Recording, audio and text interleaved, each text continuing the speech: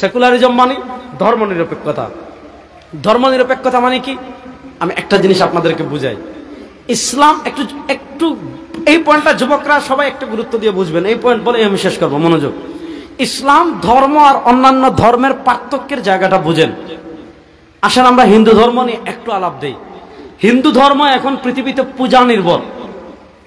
আপনি পূজার সময় আসবে, আপনি পূজা করবেন, মূর্তি বানাবেন, মূর্তির জন্য খাবার তৈরি করবেন, এটাকে তাদের ভাষায় বলে প্রসাদ।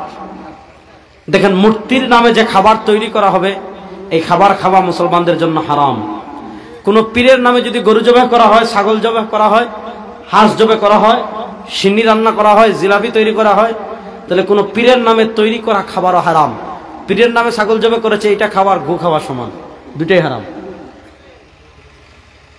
শুনেন, হিন্দু ধর্ম পূজা নির্ভর। বাস যখন পূজার সময় আসবে আপনি পূজা করবেন, আপনি হিন্দু।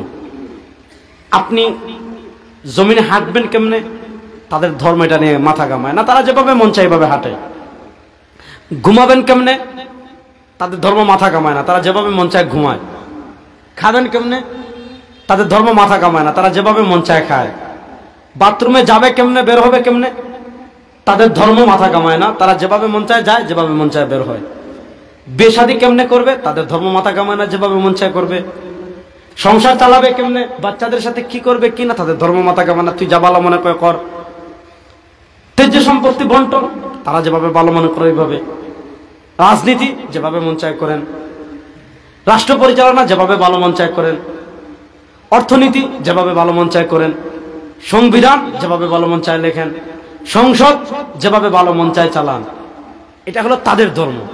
তাদের ধর্ম আর আমাদের ধর্মের পার্থক্যের জায়গাটা মনোযোগ মনোযোগ তাদের ধর্ম আর আমাদের ধর্মের পার্থক্যের জায়গা। তাদের ধর্ম পূজা নির্ভর, পূজায় যা করার তা করবেন, এর বাইরে তাদের ধর্ম মাথা ঘামায় না। কিন্তু আমাদের ইসলাম, আমি কেমনে হাঁটবো, মনোযোগ, আমি কেমনে হাঁটবো ইসলামে আছে না নাই? না, রাস্তা বলেন। আমি কেমনে খাবো ইসলামে আছে না নাই? আমি কেমনে ঘুমাবো ইসলামে আছে না নাই? আমি কেমনে বাথরুমে যাব, কেমনে বাথরুম থেকে বের হব ইসলামে আছে না নাই? আমি কেমনে বিয়ে শাদী করবো ইসলামে আছে না নাই? তবে আমি কেমনে রাজনীতি করবো এটা ইসলামে নাই। আমি কেমনে রাষ্ট্র চালাবো এটা ইসলামে নাই। আমি কেমনে সংসদ চালাবো ইসলামে আছে না নাই? আমার সংবিধান কেমনে হবে ইসলামে আছে না নাই? আমার হাইকোর্ট সুপ্রিম কোর্ট কেমনে চলবে ইসলামে আছে না নাই? কিন্তু সমস্যা হয় যে তারা আমাদেরকে সেকুলারিজম শিখাইছে। কি জানেন, ইসলাম খুঁজবেন কোথায়? এখন তারা ইসলাম কি শিখায় জানেন? ইসলাম খুঁজবেন হইলে শুক্রবার মসজিদে জিলাপি খাওয়ার সময়। ইসলাম খুঁজবেন খিচুড়ি খাওয়ার সময়। ইসলাম খুঁজবেন মিষ্টি খাওয়ার সময়। ইসলাম খুঁজবেন বাবার উরুসের সময়। ইসলাম শিখবেন মাজারে গিয়ে ডেকে টাকা দেওয়ার সময়। ইসলাম শিখবেন ঘরে। রাষ্ট্রে ইসলাম লাগবে না, সংসদে ইসলাম লাগবে না, বিচার ব্যবস্থায় ইসলাম লাগবে না, অর্থনীতিতে ইসলাম লাগবে না, সংবিধানে ইসলাম লাগবে না। তাহলে ইসলাম কি? খিচুড়ি খাচ্ছেনি, তার কি লাগে? জিলাপি তো খাচ্ছেনি। যুবকদের অবস্থা এমন যে শুক্রবার এক সপ্তাহে যদি খিচুড়ি পায়, আরেক সপ্তাহে যদি তেহারি পায়, আর শবে বরাতে যদি বাতাসা পায়, খুশি। এই তো ইসলাম পেয়ে গেছে। শোনো মুসলমান, শোনেন যুবক, আপনাদেরকে স্পষ্ট পয়গাম দিতে চাই, আপনাদেরকে স্পষ্ট পয়গাম দিয়ে যাচ্ছি।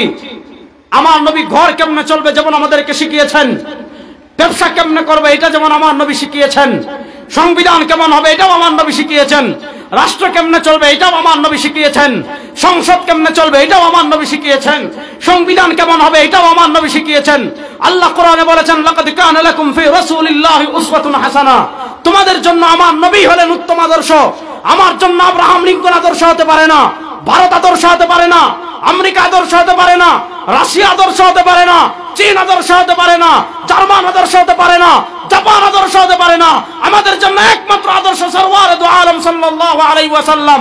তিনি যে আদর্শ রেখে গিয়েছেন ইসলাম, সেই ইসলাম ঘর থেকে নিয়ে রাষ্ট্র কিভাবে চলবে, কেমনে চলবে ইসলামে আছে না না? আর আজকে ইসলামকে আমরা শুধু জিলাপির প্যাকেটে বন্দি করে ফেলেছি। হ্যাঁ, দাঁড়ান দাঁড়ান, আগে কথা বুঝেন, মূল কথাটা বুঝলেই হয়ে গেল। ওয়াজ তো বাংলাদেশে কম হচ্ছে না, প্রচুর ওয়াজ হচ্ছে। তাহলে এবার বলেন, রাষ্ট্রে ইসলাম প্রতিষ্ঠার প্রয়োজন আছে না নাই? তাহলে এটা হিন্দুরা করবে, বৌদ্ধরা, ইহুদিরা, খ্রিস্টানরা, নাস্তিকরা, শাহবাগীরা, উবায়দুল কাদেররা তো করবে। 14 কোটি মুসলমান ঐক্যবদ্ধ হন, কান্নাহুম বুনিয়ানুম মারসুস, সাথে হাত রাখেন, দীপ্ত শপথ নেন, এই দেশ মুসলমানদের দেশ। দেখেন, দেশের প্রশ্ন যখন আসবে তখন বলবে ধর্ম যার যার, রাষ্ট্র সবার। জি না, রাষ্ট্র মুসলমানদের, অধিকার সবার। ঠিক আছে না হুজুর? রাষ্ট্র কাদের? মুসলমানদের। বলেন, রাষ্ট্র কাদের? অধিকার। এখানে হিন্দুরা তাদের, বাপ রে বাপ, ওই সুখে থাকলে ভূতে কিলায়। পৃথিবীর কোন রাষ্ট্রের সংখ্যালঘু এত না নিরাপদে নাই, বাংলাদেশের সংখ্যালঘুরা যতটুকু নিরাপদ।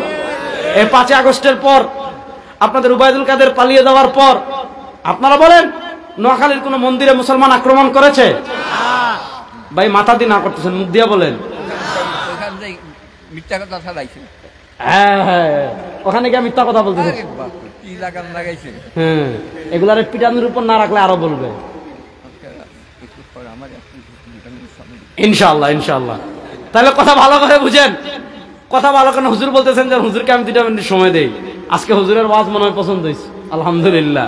কথা ভালো করে বুঝেন, 5 আগস্টের পর হিন্দুদের কোন মন্দিরে মুসলমানরা আক্রমণ করেছে?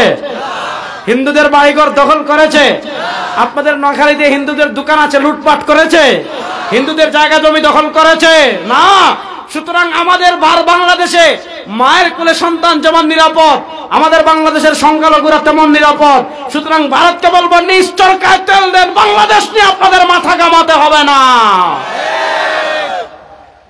তারা এটাই চায় যে আপনি ইসলাম নিয়ে খিচুড়ির মধ্যে থাকেন, আপনি ইসলাম নিয়ে জিলাপির মধ্যে থাকেন, আপনি ইসলাম নিয়ে সিন্নির মধ্যে থাকেন, আপনি ইসলাম নিয়ে বিরানির মধ্যে থাকেন, আপনি ইসলাম নিয়ে উরুসের মধ্যে থাকেন। রাষ্ট্র তারা নিবে, সংবিধান তারা নিবে, নেতৃত্ব তারা দিবে, সংসদ তারা চালাবে, বিচার ব্যবস্থা তারা চালাবে। না মুসলমান, মানুষের বিচার ব্যবস্থা 52 বছর দেখেছেন, মানুষের তন্ত্র মন্ত্র দিয়ে শাসন 52 বছর দেখেছেন। নেতার পরিবর্তন একবার হয় নাই, চেয়ারের পরিবর্তন একবার হয় নাই, ক্ষমতার পরিবর্তন একবার হয় নাই। নেতার পরিবর্তন অনেকবার হয়েছে, ক্ষমতার পরিবর্তন অনেকবার হয়েছে, চেয়ারের পরিবর্তন অনেকবার হয়েছে, সংস্কারের কথা অনেকবার বলা হয়েছে। মানুষ অনেকবার আন্দোলন করেছে, মানুষ অনেকবার রাজপথে বের হয়েছে, মানুষ অনেকবার গুলি খেয়েছে, মানুষ অনেকবার রাজপথে রক্ত ঢেলে দিয়েছে।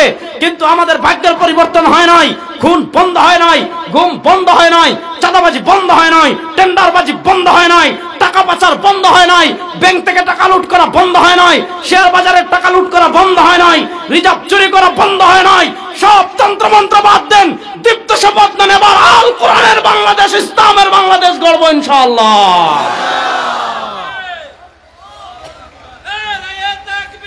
আল্লাহু আকবার।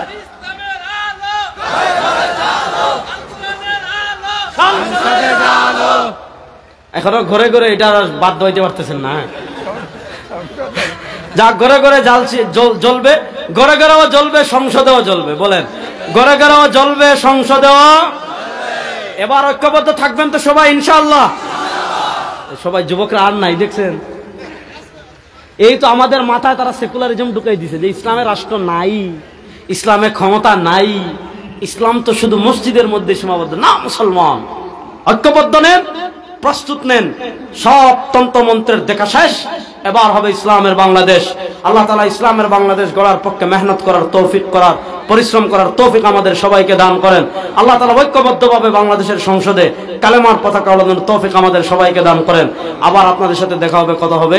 আজকে এখানেই শেষ করছি। না সাবতু ফামিনাল্লাহ ওয়া ইন আখতাতু ফামিন্নি ওয়া মিনাশ শাইতান। হুজুর 2 মিনিট কথা বলবেন ইনশাআল্লাহ।